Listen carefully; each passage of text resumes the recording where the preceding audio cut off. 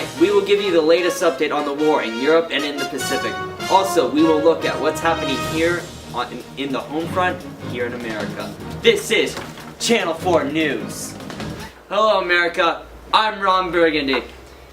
This war for us started a couple years ago on December 8th, 1941, one day after the Japanese attacked us at Pearl Harbor. With that, we joined forces with our origins of Britain and faced whoever else took it upon themselves to stop the Axis powers and the Third Reich and call our humble brigade the Allied powers. Since then, our country has shifted into overdrive and has been pumping out war machines in order to fight.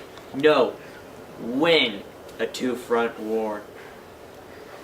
The war is luckily coming to an end, but we still need help as much as ever. So, you still need to buy those war bonds and do your part in this war. Make great Americans before you already have in tonight's show. We will be showing you two who come and live in those two different worlds, but have the same American spirit as you and me. When the U.S. joined World War II after the attack on Pearl Harbor, the federal government has taken great measures to ensure its citizens that it would not repeat the Great Depression it had over only a year prior. To make this possible, the Office of Price Administration ensured a system of rationing, which provided a way for U.S. citizens to conserve products in need. One way was to issue coupon books, which let Americans only purchase certain items at certain times. This changed many aspects of U.S. citizens' lives and altered everyday life. To see how much of an impact, here is Christian on site in Chicago in a suburban neighborhood.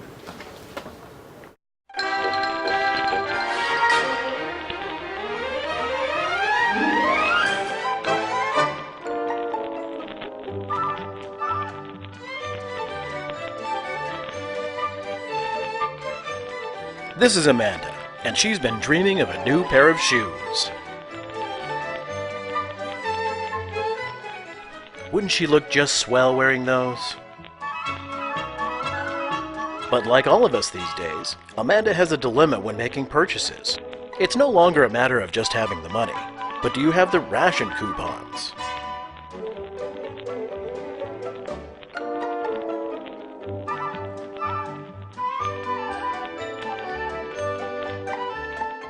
You see, with ration coupons, we make sure there's enough for everyone to last the duration, especially our boys overseas.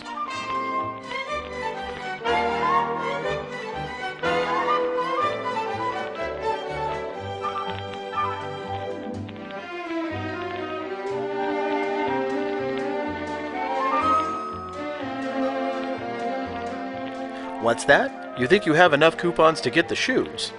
Well, let's have a look and see.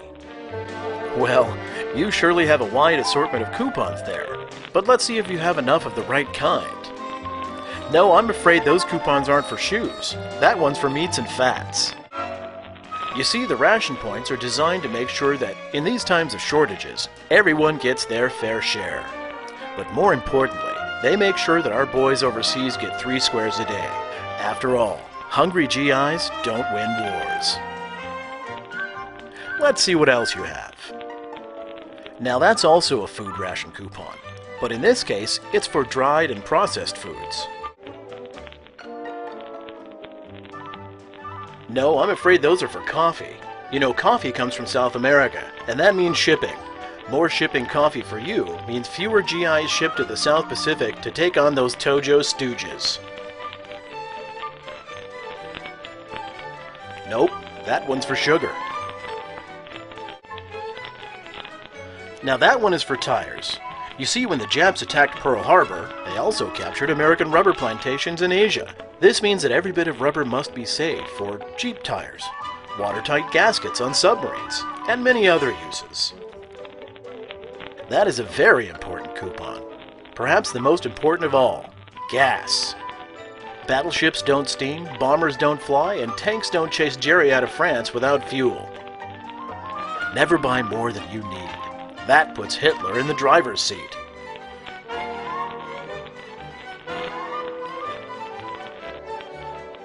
Now you have it.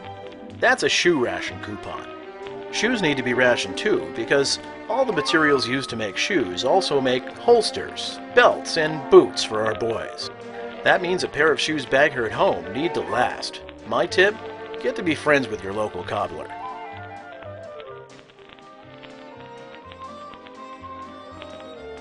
Well, how many do you have? And how many points are the shoes?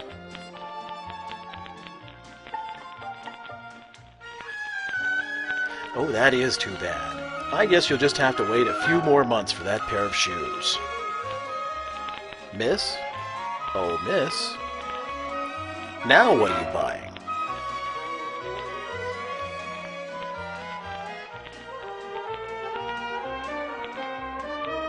So this is what you bought with your ration coupons. Well, is it just as good as a new pair of shoes?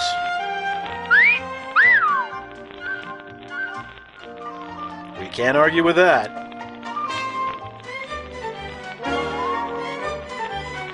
Thanks, Ron. We're in the metro area of downtown Chicago with a local store owner, Mikey Jones.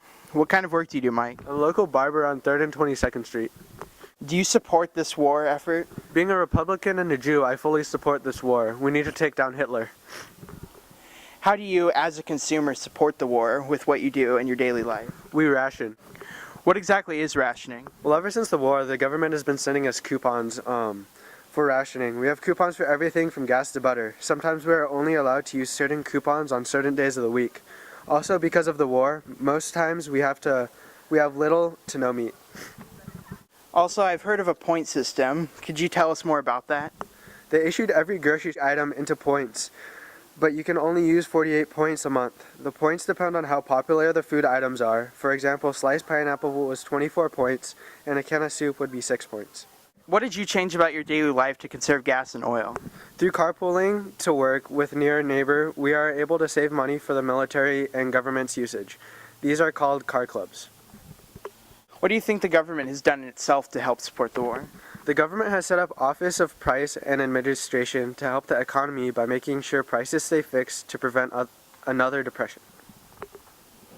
Do you have a family at home? Yes, I have a wife and 2 sons. What does your family do to help with the war effort? My boys collect scrap metal around the neighborhood, trying to collect anything they could to support the war effort. And my wife has changed her whole wardrobe to prevent wasting products in demand. What kinds of products are in high demand? Nylon oil, fuel, and cheese, meats and fats, processed foods, and sugars. Thanks, and back to you in the studio. As many of us know, the US of A is a melting pot, which is filled with all walks of life, including Japanese immigrants, which were many first generation, or Nisei.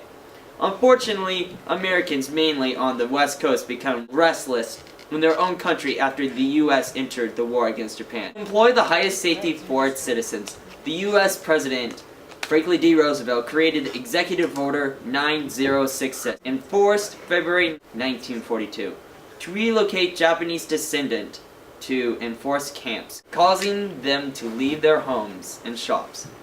David is on site in one of those camps called Mazinar in California. Yesterday, December 7th, 1941,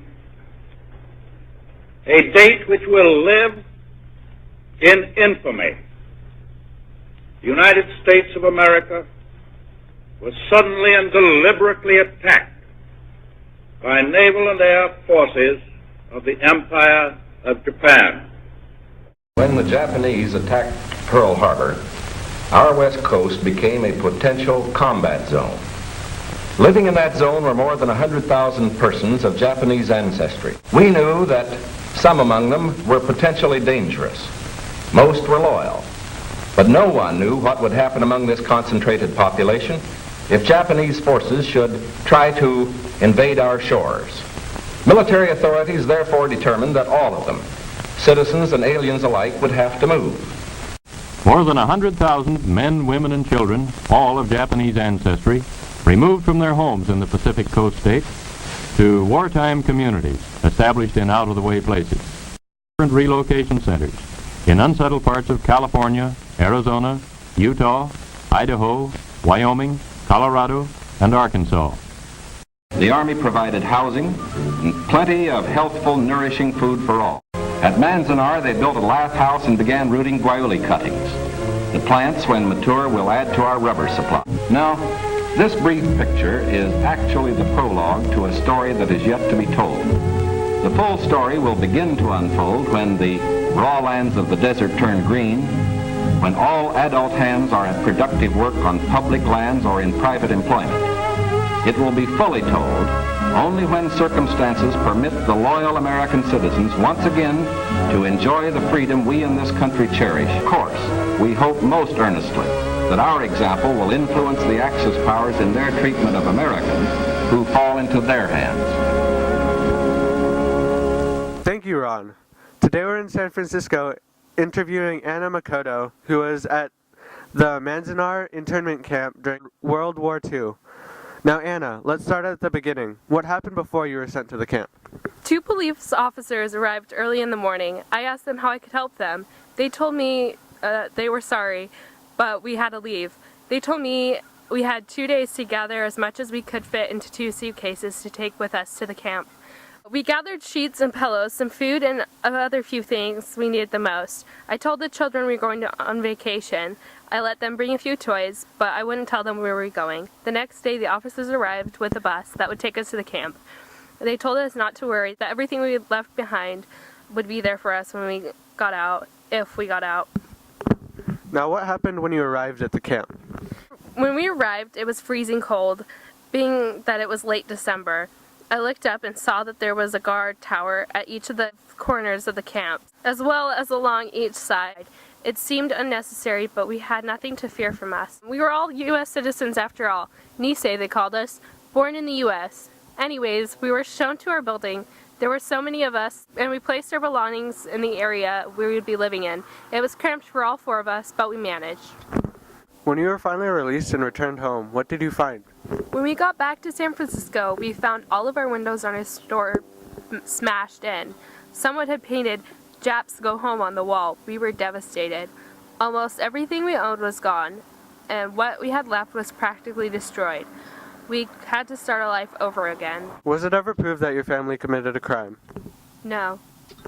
Thank you. Back to Ron. Regardless of these 2 people's background, you can see the American spirit shine through their hardships and ultimately supporting everything about the war, even if it meant leaving their homes, carpooling to work, or even eating peas on Tuesday. The loyalty of the Japanese, even after their hardships and sacrifices of fashion and lifestyle, it shows to me that us Americans are made from the iron fabric and makes us believe that the U.S. still has some principles that our founding fathers intended us to have. That is the news for today. We hope our segment helped you a little bit to understand the lifestyles of Americans, all Americans, during the World War II era. Join us tomorrow for another update on the war and news in the country. Till then, I'm Ron Burgundy. Stay classy, America.